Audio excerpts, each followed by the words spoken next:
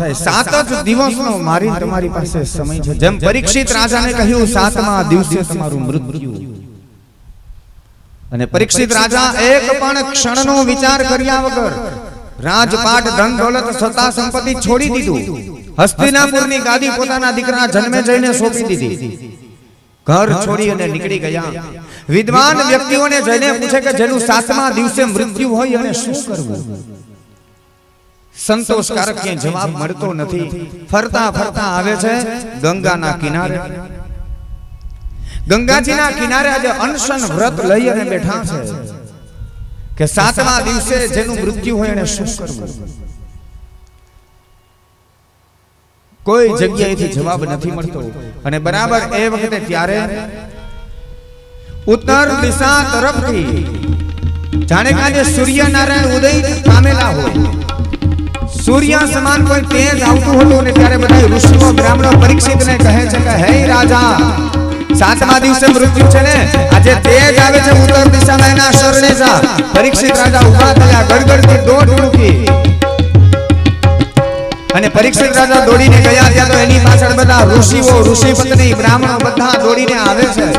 બધા તીર્થો આવ્યા છે અને પરીક્ષિત રાજા દોડી અને જે દિવ્ય તેજ હતું જે ઋષિ હતા એને ત્યાં તેડી લે છે અને બીજા કોઈને એ હતા એ વેદવ્યાસજીના પુત્ર સાક્ષાત એમાં સુખદેવજી મહારાજ બોલીએ સુખદેવજી મહારાજની સુખદેવજી મહારાજને તેડી લીધા છે દર્ભનું આસન આપ્યું ચરણો ધોયા છે અને પરીક્ષિતે કહ્યું કે જેનું 7મા દિવસે મૃત્યુ હોય અને શું કરવું મને બતાવો ને અને સુખદેવજી ત્યારે પરીક્ષિતના મસ્તક ઉપર હાથ મૂક્યો છે કે રાજા તારી પાસે તો 7 દિવસનો સમય છે પૂર્વકાલીન સમયની અંદર ખટવાંગ નામના રાજા હતા દેવતાઓને યુદ્ધની અંદર મદદ કરી દેવતાઓનો વિજય થયો દેવતાઓ પ્રસન્ન થયા ખટવાંગ રાજાને કહ્યું કે માગ શું જોઈએ છે એટલે ખટવાંગ રાજાએ કહ્યું કે મારે મારું મૃત્યુ જાણવું છે મારું મૃત્યુ ક્યારે છે દેવતાઓએ કહ્યું બધું જણાય પણ કોઈનું મૃત્યુ ક્યારે જણાય નહીં પણ જીદ કરી કે નહીં મને બતાવો મારું મૃત્યુ ક્યારે છે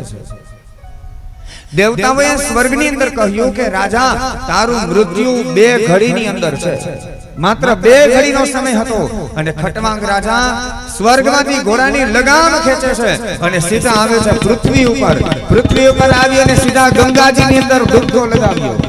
એક પગ ઘોડાના પેગડાની અંદર હતો ને બીજો પગ સીધો ગંગાજીની અંદર પધરાવીને જ્યાં ગંગાનો સ્પર્શ થયો ને તરત જ ખટવાંગ રાજાને મુક્તિ મળી ગઈ ખાલી ગંગાનો સ્પર્શ થયો ને મુક્તિ મળી અને ગંગાનો સ્પર્શ થાય તો પણ માણસને મુક્તિ મળે પણ એમાં જો શ્રદ્ધા હોય તો બાકી ગંગાજીમાં કેટલાય દેવતા ને માછલા છે બધાને મુક્તિ ન મળે એમાં આપણી શ્રદ્ધા પણ હોવી જરૂરી છે માનો તો મેં ગંગા માહુ માનો તો બહેતા પાણી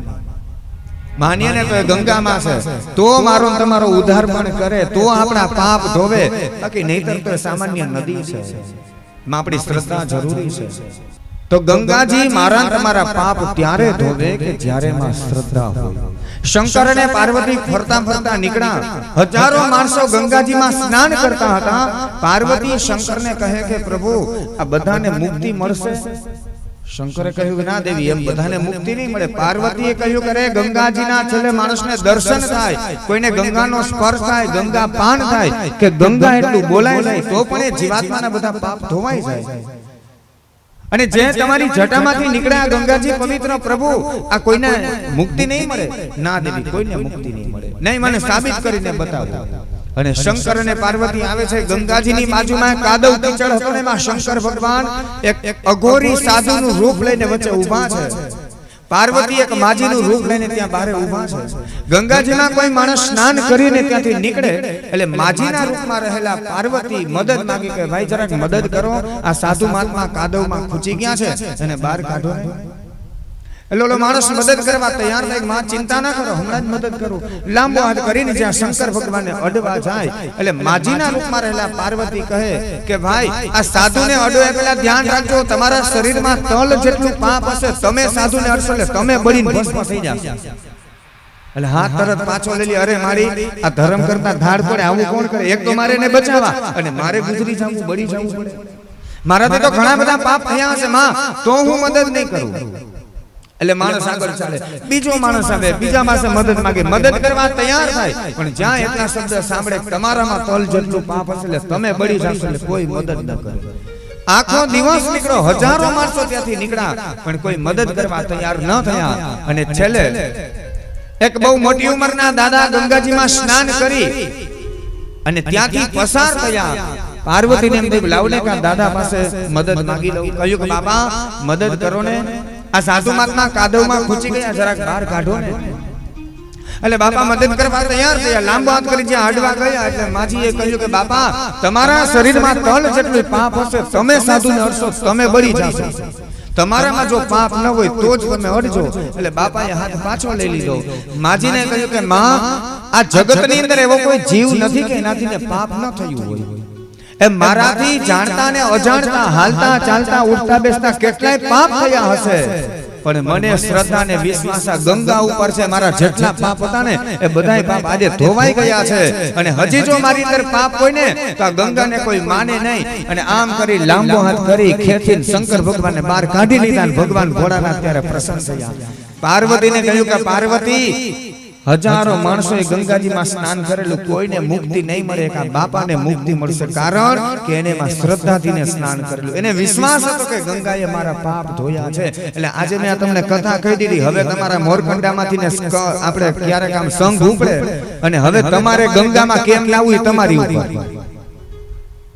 એટલે ગંગામાં સ્નાન કરો ત્યારે આમ પૂર્ણ શ્રદ્ધાથી ને કે ગંગાજી અમારા પાપ ધોવે, ભાવથી શ્રદ્ધાથી જ્યારે તમે સ્નાન કરો તો ગંગાજી આપણું કલ્યાણ કરે. બાકી તો ગંગાજીમાં તો કેટલાય જીવજંતુ બધાને મુક્તિ મળતી નથી, એમાં શ્રદ્ધા પણ જરૂરી છે.